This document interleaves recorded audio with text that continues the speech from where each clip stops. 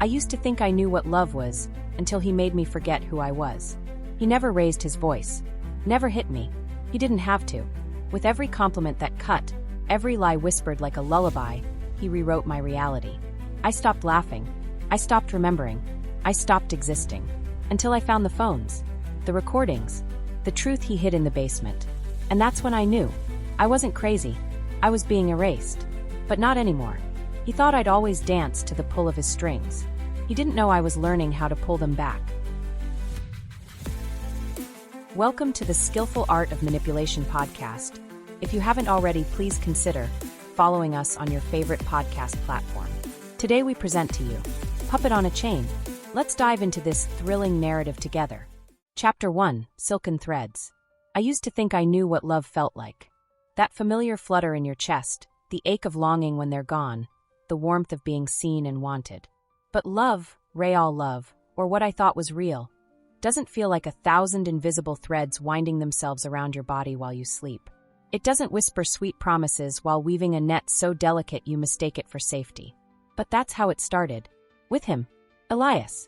I met him on a rainy Tuesday, the kind of gray that soaks into your bones and makes your soul hum with sadness. I remember it vividly, not just the weather, but the exact taste of that moment. I had spilled coffee on my thesis notes, and my bus drove straight past me as I screamed and waved like a maniac. My backpack strap broke, and I was seconds from bursting into tears when I heard a voice behind me say, "Rough day?" I turned, and there he was. Dry, calm, impossibly composed. His umbrella was black, classic, and large enough for two. I didn't know it yet, but he had already taken the first string and tied it around my wrist. "I could say the same," I replied, laughing awkwardly. "But I think the universe's vendetta is solely aimed at me today." He smiled. That kind of smile that feels like it's just for you, like it's being sculpted in real time from some hidden place that only opens when you're around. "Well then," he said, stepping closer and angling the umbrella over me, "I'll consider it my civic duty to rebalance the scales." He offered to walk me home. I hesitated for all of 3 seconds, then nodded. Because I was wet and cold and tired. Because his voice was smooth and his presence soothing. Because I didn't see the threads, not yet. That first walk was effortless. The way we spoke, it was like we'd known each other in another life. He was smart but not arrogant. Funny, but in a quiet way that made you lean in. He asked about my major, what I was writing about, how I liked the city. But he didn't overshare. He gave me just enough to be mysterious. Just enough to make me want to see him again. And I did. Over and over. In coffee shops and bookstores and parks with peeling benches. Sometimes he brought me poems he said reminded him of me. Other times he just sat beside me, close but not touching, and listened. Really listened. I had never met a man who paid such laser-focused attention to every word I said. Who seemed to remember every offhand comment I made and bring it up later like it mattered. Looking back, I wonder if he was taking inventory. Studying the architecture of my mind so he could rearrange the walls later. Weeks passed. Then months. Before I realized it, we were us. He never asked me to be his. He just was. In my space. In my phone. In my thoughts. My world started to bend around him without me noticing. It felt natural. It felt right. But it wasn't long before I noticed the subtle tug of the threads tightening. It started with my laugh. "Your laugh is cute," he said one night, lying beside me as the city glowed through the curtains. "But you laugh too loud. People notice." I laughed in response, too loud apparently, and he flinched. "Just saying," he muttered. "You're more elegant when you're quieter." It seemed small, innocent, maybe even a compliment, but I stopped laughing as freely after that. Then came my clothes. "You look beautiful," he'd say, "but you don't need to wear makeup. You're naturally stunning." I started leaving my lipstick behind. Then my eyeliner. He told me red made me look harsh. That certain dresses were too much. That he liked me simple. So I simplified. I wanted to be the version of me he loved best. Didn't every girl? And that's the most dangerous part. When you want to be controlled. When the manipulation doesn't feel like chains, it feels like devotion. I didn't realize what was happening because it didn't come with red flags. It came with roses. It came with compliments. With long, lingering kisses. With murmured, "I miss you," and gentle hands on my back as I drifted to sleep. But the thing about threads is that you don't feel them until you try to move. One night, I mentioned going out with my best friend, Kara. His smile thinned. "Oh," he said. "Again?" I blinked. "Yeah. It's her birthday. You've seen her a lot lately, haven't you? I froze. She's my best friend. I know, he said, kissing my temple. I just miss you when you're not around. But go. Have fun. I went. But I spent the entire dinner thinking about the way he had said again. I replayed it in my mind like a scratched record. I wondered if I was seeing her too much. I felt guilty. That's how the strings started wrapping tighter. I didn't pull away. I pulled in. Because Elias was good to me. He was always there. Always generous. Always attentive. He helped me revise my thesis. He cooked me dinner. He fixed things I didn't know were broken. And he made me feel loved. So when he said Kara didn't seem like a real friend, when he pointed out how she never really asked about him, or how she always seemed to want me to herself, I listened. I believed him. I didn't even realize I had stopped calling her until her last message read. Are you okay? Did I do something? I stared at it for a long time and never replied. Because by then I had become something else. A little quieter. A little softer. A little more confused. But still convinced I was in control. And Elias? He was the anchor. The only one who understood me. Who really understood me. Who told me I was too much for most people, but just enough for him. I believed him. Every word. Every warning. Every seed he planted. He never yelled. He never threatened. He didn't have to. He just waited. Waited while I trimmed off pieces of myself to better fit his hands. While I second-guessed my instincts and deleted old photos of nights he said made me look messy. While I learned to silence my thoughts if they didn't align with his tone. That's the thing about being a puppet. You don't know you're on a stage until the curtains fall. But that wouldn't happen for a long time. For now, I was still dancing, twirling gently in the air, light as silk, unaware of the chain being coiled beneath my feet. And Elias? He was watching, smiling, pulling every string. Chapter 2, The Mirror Lies. It's strange how you can look at your own reflection and not recognize what you see. I don't mean in a poetic, I've changed kind of way. I mean literally. You stare at your own eyes and wonder if they've always looked that empty. You tilt your head and wonder if your face always looked that unsure. There was a time I stood in front of the mirror and posed with purpose, smirking like I had secrets. I used to love my reflection. I trusted it. Now it looked like someone else lived inside my skin. I don't remember when exactly the disconnect began, but I know Elias was there, close behind me, when I first started to doubt what I saw. It was small things at first. They always are. The subtle rearranging of thoughts. The passing comments that linger in your head like smoke, thin and toxic. You overthink everything, he told me once, watching me pick out an outfit for his company dinner. Just wear something neutral. You always get so anxious about the simplest things. I looked down at the 2 dresses in my hands. Neither of them screamed anxiety. But I put them both back. Because he was right, wasn't he? I mean, I was always in my head. Always spinning with second guesses. I laughed too loud. I needed too much reassurance. I wasn't like the women he worked with, those smooth, polished types who wore quiet colors and talked in careful tones. Women who never stumbled over their words or laughed with their whole chest. I just want you to be your best self, he'd add, slipping behind me and wrapping his arms around my waist. Not the chaotic version. I smiled. I nodded. I wore the gray dress that made me feel invisible. That night, I stood beside him like a shadow. I barely spoke unless spoken to. I watched his coworkers with their perfect white teeth and wine glasses dangling like accessories. Elias beamed at them all, effortless, magnetic, admired. When he looked at me, his smile softened into something more private, but colder somehow, like he was performing a role I couldn't quite see. Blossom doesn't really like big events, he said once when I excused myself to go to the bathroom. She gets overwhelmed. Sensitive soul. When I came back, they all looked at me with pity. And I smiled because I didn't know what else to do. When we got home that night, I cried. Not loudly. Not in a way that was messy or hard to witness. Just quiet tears, alone in the bathroom while I brushed off mascara and shame.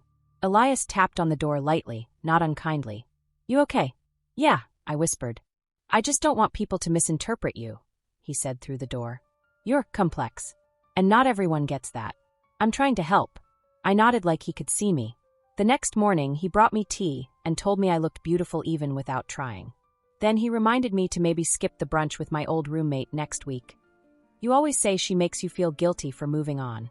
I didn't remember ever saying that. But who was I to argue? I canceled brunch. And soon I stopped making plans altogether. I told myself I was too busy. That my friends were distant, preoccupied, or judgmental. Elias said it was good to keep my circle small anyway. That most people were fake, and we were better without all that noise. It felt like peace at first, until I started talking to myself, whispering questions under my breath, just to hear a voice that wasn't his. Did I really say that? Was that how it happened? Am I blowing things out of proportion again? The mirror didn't help. She lied too. She told me my hair looked fine when Elias said it was frizzy. She told me my outfit was cute when he said it looked immature. She told me I wasn't crazy when he asked if I'd forgotten to take my iron pills again. You're just foggy sometimes, babe. I began to hate that version of myself. The version that pushed back. That raised an eyebrow. That wondered if maybe, just maybe, he was wrong. Because questioning him meant something terrifying. That I could no longer trust the person I'd built my world around. And when you take the centerpiece out of a house of cards, it all collapses. So I stayed quiet. Still. Grateful even. And he kept polishing me. That's what it felt like at times. Like I was being buffed down into something smoother. Shinier. Easier to hold. I started timing how I said things, predicting how he'd react. I avoided topics I used to love, like dreams, books, and politics, because Elias had opinions about those. You get too fired up, he'd say. It's not a good look. Eventually, I became a gallery of curated behaviors. A self I wore like a costume. I smiled on cue. I spoke less. I leaned on him for validation because I had forgotten what my own voice sounded like. And somewhere in all of this, the mirror stopped being a comfort. It started to scare me, because the girl inside it didn't blink like I did. She stared too long. Her expression twitched at the edges, like she wanted to scream. She was the version of me that remembered what confidence felt like. The version that used to dance barefoot in the kitchen and laugh until her stomach ached. I began avoiding her. I would brush my teeth in the dark, apply lotion with my back turned. I stopped wearing lipstick altogether.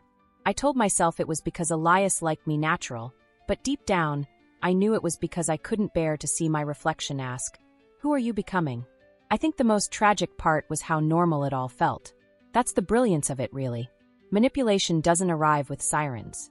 It comes like fog, slow and soft, muffling your instincts, making everything feel distant. You don't notice what you've lost until someone hands you a memory you'd forgotten existed. Like the time I found my old journal while cleaning the closet. It was shoved behind a box of winter coats I never wore anymore. Covered in dust. I flipped it open and read an entry from the year before I met Elias. "I feel unstoppable today," I had written. "I love who I'm becoming." My hands trembled as I read it again, because I couldn't remember the last time I felt that way. I closed the journal and stuffed it back where I found it. I told myself it was normal to evolve, that maybe I had just matured, settled down, found someone who loved me enough to point out my blind spots. But that night, as I crawled into bed and Elias curled himself around me like always, I stared at the ceiling and whispered a question I hadn't dared ask in months. "Am I still me?" His hand brushed my shoulder. "What was that?" "Nothing," I said quickly. "Just thinking." "You always think too much," he murmured, kissing my neck. "That's your problem." And just like that, the thread pulled tighter. And I stopped thinking again. Chapter 3, Pinned Wings. There's a moment when a butterfly lands in your palm, so fragile, so weightless, you barely feel it. You hold your breath. You stay still. You don't dare move because you don't want to scare it off. You want it to trust you. You want to believe it chose you. But the second you close your fingers, even gently, even lovingly, it stops being a butterfly. That's what I became. A delicate thing. Pretty manageable. A thing to be kept, admired, and tucked away. Not for freedom. Not for flight. Just stillness. Silence. Obedience. I used to tell myself I was lucky. That Elias chose me out of everyone. That he wanted to build something serious, meaningful. He didn't play games like other guys. He didn't cheat or disappear. He didn't party or flirt or lie. He was reliable. Devoted. So when he started asking for more of my time, more of my attention, more of my choices, I gave it willingly. Gratefully. Even when it cost me everything. It started with school. "You're burning out," he said one night as I hunched over my laptop, neck stiff, fingers cramping from typing the same paragraph a dozen different ways. "This program is eating you alive. You never sleep anymore. You're not yourself. I just have to push through this semester," I mumbled, not looking up. "It's almost over." He sat down beside me, so quiet I could barely hear his breath. His hand slid over mine, gently prying my fingers from the keyboard. "Blossom," he said softly. "What's more important? Some grade on some paper, or your health?" I didn't answer.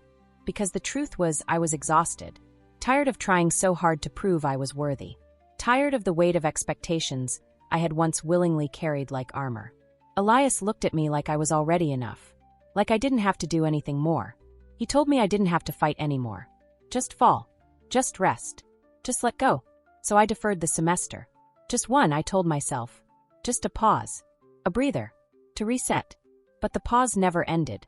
The silence of not going to class was louder than I expected. My routine unraveled. My world shrank to the walls of Elias's apartment, where I stayed more often now. Where everything was always clean, calm, quiet.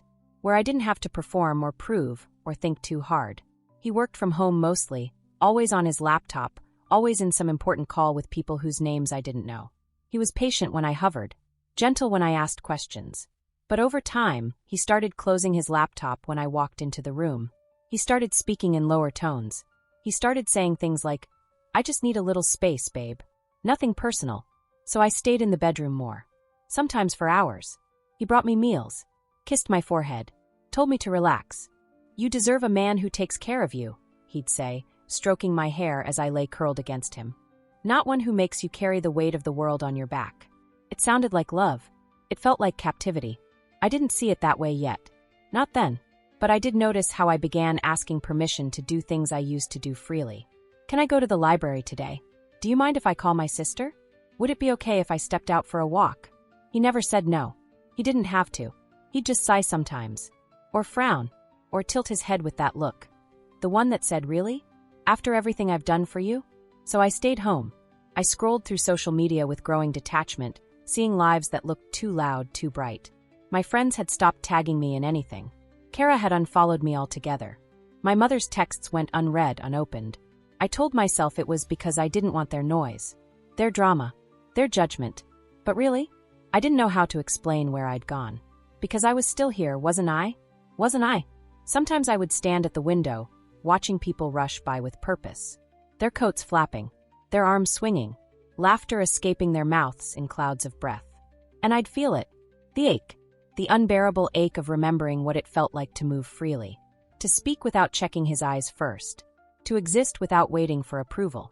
But then Elias would appear behind me, wrapping his arms around my waist like a weighted blanket. "You thinking too much again?" he'd murmur against my neck. And I'd nod. Because it was easier than explaining that I wasn't sure who I was anymore. He started managing more things for me. My bank account. My emails. My schedule. He said I was too forgetful, too distracted. He'd take my phone sometimes to keep me off it, and return it hours later with a smile. "You'll thank me one day." And I did, because I didn't know how to survive without him anymore. He made the world feel safe, predictable, structured, even if it was a structure I hadn't built, even if it was a cage with velvet bars. The days began to blur together. I forgot what day it was. I stopped setting alarms. I stopped brushing my hair some mornings. I lost track of time, of thought, of myself. But Elias never wavered. He was always there. Patient. Calm. Watchful. He never yelled. Never raised a hand. Never called me names. But he did something worse. He made me believe I was the broken one. That he was the only reason I was holding it together. "Without me," he said once, cradling my face in both hands, "you'd fall apart, wouldn't you?" I nodded. Because he was right. I had fallen apart. And he had swept me up piece by piece, gluing me back into something smaller, something safer, something he could manage. I wasn't sure if I loved him anymore. I wasn't sure if I ever had. But I needed him. Not like a partner. Like a crutch. Like oxygen. That's what manipulation does. It makes you mistake dependence for devotion. It pins your wings and calls it protection. And when you finally try to fly again, you forget how. One night I had a dream. I was in a glass box. Clear on all sides. I could see the world. Sunlight, music, color, but I couldn't touch it. I banged on the walls, but no one heard me. No one looked. And Elias? He sat outside, smiling, hands folded, watching. When I woke up, I was crying. Elias stirred beside me, half asleep. "Nightmare?" I didn't answer. Because I didn't know how to tell him he was the nightmare. And I was too afraid to admit it out loud. Not because I feared him hurting me, but because I feared losing the only person who still held the map to my mind. Even if he was the one who'd erased all the roads. Chapter 4. The Disappearing Self. I used to think memory was sacred. That even if everything else was taken from me, my body, my time, my choices, I'd still have the truth of what I lived through, etched somewhere deep beneath my skin. But I was wrong. Memories don't scream when they're rewritten. They whisper. They shift. They dissolve. Not all at once, but slowly, like fog swallowing a familiar road until you can't remember where you were going, or if you were ever on the road at all. I was losing myself. Quietly. Thoroughly. Without bruises or battle scars to show for it. And the worst part, I thought I was healing. Elias told me I was. "You're getting better," he'd say, tucking a blanket around my legs, handing me tea, smoothing my hair. "You're not as anxious as you used to be. You're calmer, softer, more at peace." But what he called peace was really paralysis. And what he praised as progress was really silence. I'd stopped asking questions. Stopped pushing back. Stopped wondering why I no longer laughed or dreamt or wanted. All that remained of me was the version of Blossom he preferred. Tamed, dulled, easily shaped. Still, there were moments, sharp, intrusive flashes, when the real me tried to surface. Like when I swore I remembered texting Kara that day. I had typed out the message. I remembered the blue bubble on the screen. I had said, "I miss you. Let's talk soon. Please." But when I went to find it later, it wasn't there. No sent messages. No drafts. Nothing. "Maybe you dreamed it," Elias said without looking up from his laptop. "You've been sleepwalking again. Remember?" "No," I said. "I haven't sleepwalked in years." He raised an eyebrow. "You don't remember last week? You were in the kitchen at 3 a.m., talking to the refrigerator." I stared at him. "What?" He laughed gently. "You scared the hell out of me. You opened the freezer and started asking it where your passport was." I blinked. My mouth opened. Closed. "That didn't happen." "Babe, yes it did. You just don't remember. You were half asleep." He said it with such confidence, such casual familiarity, that I felt the ground shift beneath me. I walked out of the room without saying anything. I locked the bathroom door and sat on the floor, knees to my chest, trying to breathe. I searched my mind for that night, for any shred of truth. But it was like trying to grip smoke. What if I had done it? What if I was losing time? What if I was actually sick? I had Googled dissociation. I had read about early signs of memory loss. But nothing fit. Nothing explained the growing hollowness inside me. Nothing could account for the way my days felt staged, like I was acting out a script someone else had written for me. Sometimes I'd look at Elias while he slept and wonder how much of me he had erased. What stories he had swapped out, what moments he had altered. He was so sure of things. So precise. He remembered details I didn't. He quoted conversations I didn't recall. He told me things I'd done that I would have sworn never happened. And when I pushed back, he looked at me like I was fragile. Delicate. Mentally slipping. "Are you sure you're okay, Blossom?" he'd ask, his tone gentle. "You've been scattered lately." I'm worried. So I stopped pushing back. Because if he was right, if I was truly unraveling, then maybe he was the only thing tethering me to reality. And if he was wrong, if he was lying, that was a truth too terrifying to hold. One night, I woke to find him watching me. I don't know how long he'd been there, standing at the edge of the bed, half in shadow, his arms crossed loosely like he was just observing. I startled. "What are you doing?" He didn't flinch. "You were talking in your sleep." "So, you said someone's name. A man's name." I frowned. "What?" "No, I didn't." "Yeah, you said, 'Don't tell him, Leo. Please.'" My blood ran cold. "I don't know anyone named Leo." He sat down beside me, eyes dark and unreadable. "Are you hiding something from me?" "No. Of course not." He leaned in, his voice low and quiet. "Then why do you keep saying things you can't remember? Why do you keep doing things you can't explain?" "I'm not." "Are you seeing someone?" The question hit me like a slap. My stomach churned. "Elias." "No. I don't even leave the apartment anymore." "Exactly," he whispered. "And still, these things keep happening." I felt something shatter in me.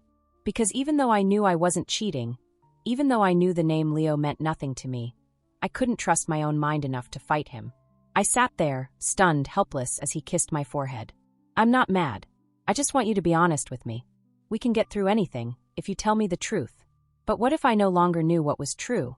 That night, I stared at the ceiling for hours, wondering if maybe I'd finally crossed some invisible threshold.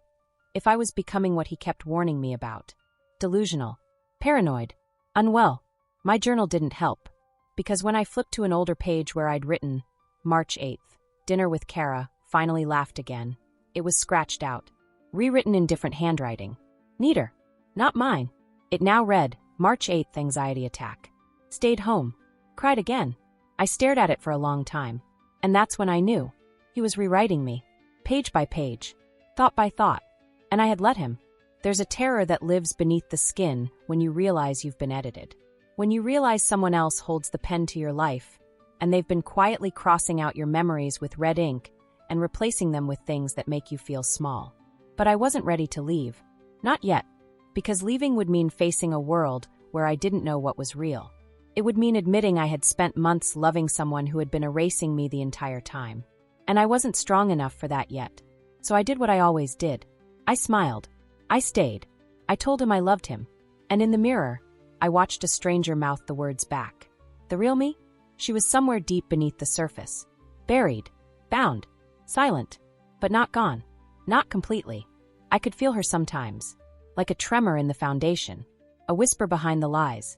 And one day, maybe not today, maybe not tomorrow, but one day, I knew she would scream loud enough to wake me. Even if it shattered everything. Even if I didn't survive it. Chapter 5, Splinters in the String. You don't realize how quiet your world has become until something makes a sound. It doesn't even have to be loud. Just the right sound at the right moment. A drawer creaking open, a whisper where there should be silence, a vibration against hardwood when you know your phone is powered off, and suddenly, the quiet you thought was comforting becomes suspicious. Like a lull before something breaks. That's what it felt like. The splinters didn't arrive like explosions. They didn't shatter my world in a single cinematic moment. They arrived like hairline cracks in glass. Tiny, invisible to the untrained eye. But if you looked closely enough, you could trace them. And I had started looking. It began with the keys. There was a small dish by the front door where Elias kept his spare keys. Always 2 sets, his car key and the key to the apartment. He was meticulous about them.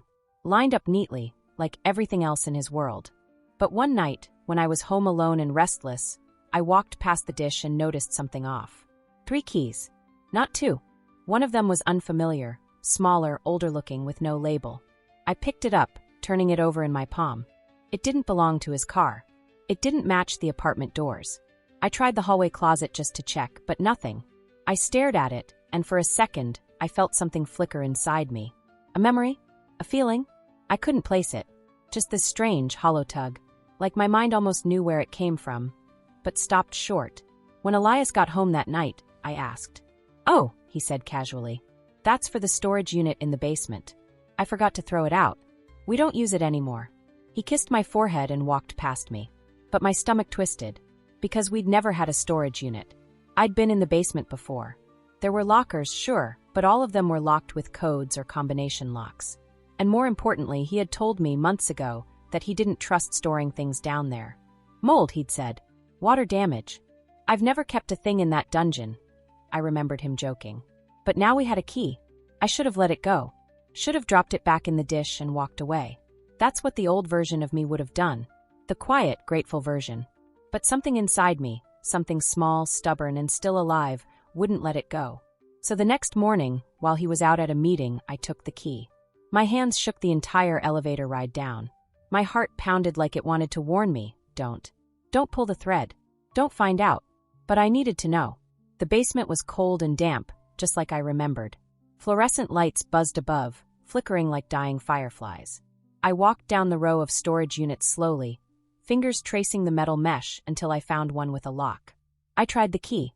It fit. My breath caught. I turned it, and the door creaked open. Inside, it was dark. Dust-covered boxes stacked haphazardly. A coat draped over a chair. Some tools. Nothing overtly sinister, at first glance. But then I saw a small box labeled miscellaneous, tech. I pulled it down, sat on the concrete floor, and opened it. Inside were old phones. 3 of them. Scratched. Slightly damaged. Each with a different colored case. One of them was mine. My old phone. The one I'd lost 6 months ago and replaced without thinking twice. I dropped it in the kitchen sink, or so I believed. But here it was. Dry. Intact. I powered it on. Battery low. But still working. I opened my photos. My texts. And my heart dropped. There were screenshots. Of my conversations with Kara. Long messages I didn't remember writing. Drafts of apologies. Deleted threads. Things I was sure had vanished. Wiped clean, erased by time and confusion. But they were here. Evidence. And then I saw the recording, a saved audio file labeled simply, 3 a.m. confession. I clicked play. It was me. My voice. Raspy, tired. I don't know what's happening, I whispered in the recording. He tells me things and I believe them, even when I feel like something's wrong. I think he's lying to me. I think he's making me forget things. My breath hitched in the recording. I could hear it. I'm scared, I whispered. I don't know who I am anymore. I dropped the phone like it burned me. My whole body went cold. I had recorded myself. I had known. At some point, some desperate, lucid version of me had tried to hold on to the truth. Had left a trail, breadcrumbs, hoping I'd come back for them. But then I hadn't. Because someone had made me forget. I packed the phones in my bag and left the basement like a thief. I didn't know what to do. Where to go? Who to trust? All I knew was that my mind, my memories, had been tampered with. It wasn't just manipulation anymore. It was war. But I didn't confront him right away. Because I knew better now. Elias was too smooth. Too controlled. If I made one wrong move, he'd twist it. Make me doubt it all over again. Make me believe I had hallucinated the entire storage unit. So I waited. Watched. Took notes. I kept the phones hidden. I stopped speaking my thoughts aloud. I journaled only in my head, writing entries in invisible ink across my thoughts. And I began to see more cracks. Like how the Wi-Fi would go out every time I tried to FaceTime someone. How he'd intercept packages before I could check the mail. How the one friend who did manage to reach me by email mysteriously stopped replying after I mentioned I'd found something strange. I began to see it all. The network of control. The surveillance. The curation of my reality. I wasn't just being gaslit, I was being archived. Edited like a file. And he had been doing it for longer than I realized. But here's the thing about puppets. Even the most delicate ones can learn to bite the hand that pulls their strings. And now I had teeth. Chapter 6. The marionette awakens. There's a stillness in rebellion that no one talks about. It's not always loud. It doesn't begin with screams or shattered glass, or some dramatic escape in the middle of the night. Sometimes it's just the moment you stop asking for permission. The second you let your silence harden into strategy. The exact breath where obedience ends and observation begins. That's where I lived now. In that still, dangerous place. A marionette no longer dancing, but watching. Waiting. Planning. The thing about being controlled for so long is that you start to know your captor better than they know themselves. You learn the rhythm of their voice. The subtle shifts in their mood. The way their eyes dart when they're lying, or the specific angle they tilt their head when they're preparing to make you feel small. I knew Elias better than I had ever known anyone. And now I used that knowledge to begin my undoing, his undoing. Silently. It started with the phones. The ones I'd hidden after finding them in the basement. I charged them during the hours Elias was at meetings or on calls in the other room. I stayed quiet. I feigned drowsiness. I played the part of the delicate, dependent girl he believed he had shaped. But while he whispered lies into my ear, I began speaking truth, quietly, carefully, back into my own mind. I went through every message, every note, every saved draft and voicemail in those phones. I pieced together versions of myself I had forgotten existed. There were audio memos of me crying, laughing, doubting, pleading for clarity. There were text chains with friends that ended abruptly, right when Elias had said they weren't good for me. There were screenshots of articles I had saved about gaslighting, memory manipulation, digital surveillance. It was like I had tried to leave a trail for myself. Breadcrumbs through the fog. And now, finally, I was following them. But I didn't confront him. Not yet. Because Elias was too skilled, too smooth. He would twist it, weaponize my tone, my confusion, my fear. If I pushed too hard, he'd pull the strings tighter. He might even cut me off completely. Lock me down for real. So I did what I had never dared before. I lied to him. Beautifully. Effortlessly. It started small. I'm feeling better, I'd say with a soft smile. You were right. I just needed to rest. He beamed. Then, I don't know what I was thinking. My memory's always been a little fuzzy. You must be exhausted keeping up with me. He kissed my forehead. And finally, thank you for taking care of me. I don't know what I'd do without you. He wrapped his arms around me. And I let him. I leaned into his chest like I still needed him. Like the strings were still intact. But inside, I was severing them. One by one, I started to rebuild quietly. Covertly. First, I created a new email account on an old laptop I found in the storage unit. One Elias didn't know existed. I reconnected with Kara, using coded language, cautious words. I didn't tell her everything, but enough for her to know. I'm here. I'm waking up. I need time. She responded within minutes. I never stopped waiting for you. Then I bought a burner phone. Cash. No trail. I hid it beneath the floorboard under the bathroom sink, where Elias never went. I mapped his schedule carefully. He was predictable when he thought he was in control. Mornings were spent on video calls, always with his headphones in. Afternoons he napped or jogged. He had routines, rituals. I used them. I started documenting things, recordings, screenshots, timestamps of inconsistencies. Conversations where he contradicted himself. Voicemails where he coached me to say certain things in case anyone asked about our relationship. You have to make it sound convincing, he once whispered, voice low and warm in my ear. No one will understand what we have. I saved everything. I even began recording myself again, this time with clarity. I made short voice notes on the burner phone. Little affirmations.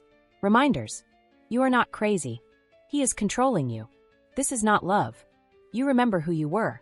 Sometimes I cried while I said them, not because I doubted them, but because it hurt how far I'd fallen from my own truth. But every day I grew stronger. Even if he didn't see it, especially because he didn't see it, he still thought I was his little porcelain doll. Fragile, helpless, shaped in his image. But I had learned how to play dead with my eyes open. One afternoon, as he lay dozing on the couch, I opened the closet where he kept old files and books. I found a locked drawer at the bottom. It looked harmless, dusty, rarely used. But I had seen him open it once with a key on the chain he wore around his neck. He wasn't wearing the chain now. I moved quickly. The lock clicked open. Inside were folders, documents, transcripts, photos. Of me. Old journal entries. Screenshots of conversations I didn't remember having. Copies of my school transcripts. Medical records. Prescriptions I'd never taken. Fabricated letters from professors about mental health concerns. Drafts of emails I'd supposedly sent withdrawing from school. All of it was there. Proof that he hadn't just been gaslighting me. He had been constructing an entirely alternate version of my life. One where I was unstable. Where he was the hero. Where I needed him to protect me from myself. I stood there, shaking, fingers digging into the paper like they could tear through the lies. And I realized he had built an escape-proof cage. One where no one would believe me. Not if I left. Not if I screamed. Not if I begged for help. Unless I had proof. So I took photos of everything. Every page. Every line. I uploaded them to a secure drive on a hidden cloud account. I emailed backups to Kara. I encrypted copies on a flash drive. I left everything in place, perfectly aligned, so he'd never suspect. Because he couldn't know yet. Not until I was ready. Not until I had everything. The last piece fell into place when I found the voice recordings, his, not mine, stored on a hidden folder within one of the phones. Conversations with someone named Marshall. Snippets about keeping her in check, controlling the narrative, ensuring she's legally dependent. I sat in the dark that night, listening to them over and over. And I didn't cry. Not this time. Because now the fear was gone. Replaced by something deeper. Something sharper. Resolve. I wasn't just going to leave him. I was going to expose him. And every step I took from that moment forward was laced with fire. He didn't see it. He still kissed me goodnight like nothing had changed. Still called me my sweet girl.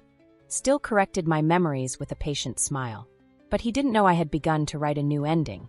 One where the marionette doesn't just cut the strings. She wraps them around the puppet master's throat. And pulls. Chapter 7, The Final Cut. The morning it happened, the sun was soft. It poured in through the windows like forgiveness, like a new beginning dressed in gold. Outside, the world moved as it always did. Unaware, unshaken, spinning toward a future I could finally see myself in again. Inside, Elias made eggs. Like nothing was wrong. Like the girl across the kitchen from him wasn't planning to destroy everything he had spent the past year constructing, thread by thread, lie by lie. I watched him stir the pan with casual elegance, the same way he used to smooth the chaos inside me. Methodical. Quiet. I had memorized every one of his movements by now. The way he cracked eggs with one hand. The way he tilted his head when listening. The way he smiled at me like I was something fragile enough to be kept on a shelf and admired, but never really known. "Sleep okay?" he asked, not looking up. "Yes," I said. He smiled faintly, plated the eggs, and brought them to the table. "Eat, love. You look pale." I sat. I lifted the fork. I smiled. I chewed. And in my pocket, The flash drive containing every piece of evidence was pressing into my thigh like a heartbeat. The day had been planned for weeks. Every move choreographed. Every risk accounted for. Kara had booked the hotel under a fake name. I had packed a bag over the course of 3 days. 2 items at a time, hidden inside the lining of my art portfolio case. Elias never noticed. He'd grown so confident, so comfortable. He believed I was his perfect creation. But I wasn't. Not anymore. Not since the day I found that drawer. Not since the day I remembered who I was. I waited until he went for his jog. Same time every day. 27 minutes of silence where he believed I was journaling, or meditating, or tending to the plants I no longer cared about. The moment the door clicked shut behind him, I moved. I pulled the burner phone from the vent in the bathroom. Texted Kara, "Go." I grabbed the flash drive. Slipped it into the envelope already addressed to the law firm Kara worked at. Then I opened the laptop Elias used for everything. Emails, scheduling, surveillance. I had found the passwords weeks ago, in an unencrypted file ironically labeled trust.docs. The arrogance of it. In less than 2 minutes, I'd uploaded copies of everything. The voice recordings, the falsified medical records, the altered journal entries, the email drafts he'd written under my name. I sent them all to 6 places, 3 people, 3 encrypted cloud backups. Then, I made one last upload. A video of me. Calm. Direct. Staring into the camera. If you're watching this, it means I got out. My voice was steady. It surprised me how steady. I've been emotionally manipulated, digitally surveilled, and psychologically dismantled by Elias Caldwell. This is me, documenting my truth. I listed the dates, the lies, the tactics. I looked into that camera and told the story in my own voice. Not the one he had molded for me, but the one I had buried and finally exhumed. Then I shut the laptop, left it open on the table, and taped a single note to the screen. I remember everything. It was time. I grabbed the portfolio case, slipped on the hoodie I hadn't worn since university, and walked out the door like I was going for coffee. But I didn't look back. Not even once. The first few hours were a blur. Kara met me at a gas station outside the city limits. We didn't hug right away. She just looked at me for a long time, tears in her eyes, like she didn't believe I was real. "Is it done?" she asked. "Not yet," I whispered. But it started. We drove to the hotel in silence. I didn't cry. I didn't speak. My body ached with exhaustion, but my mind was electric.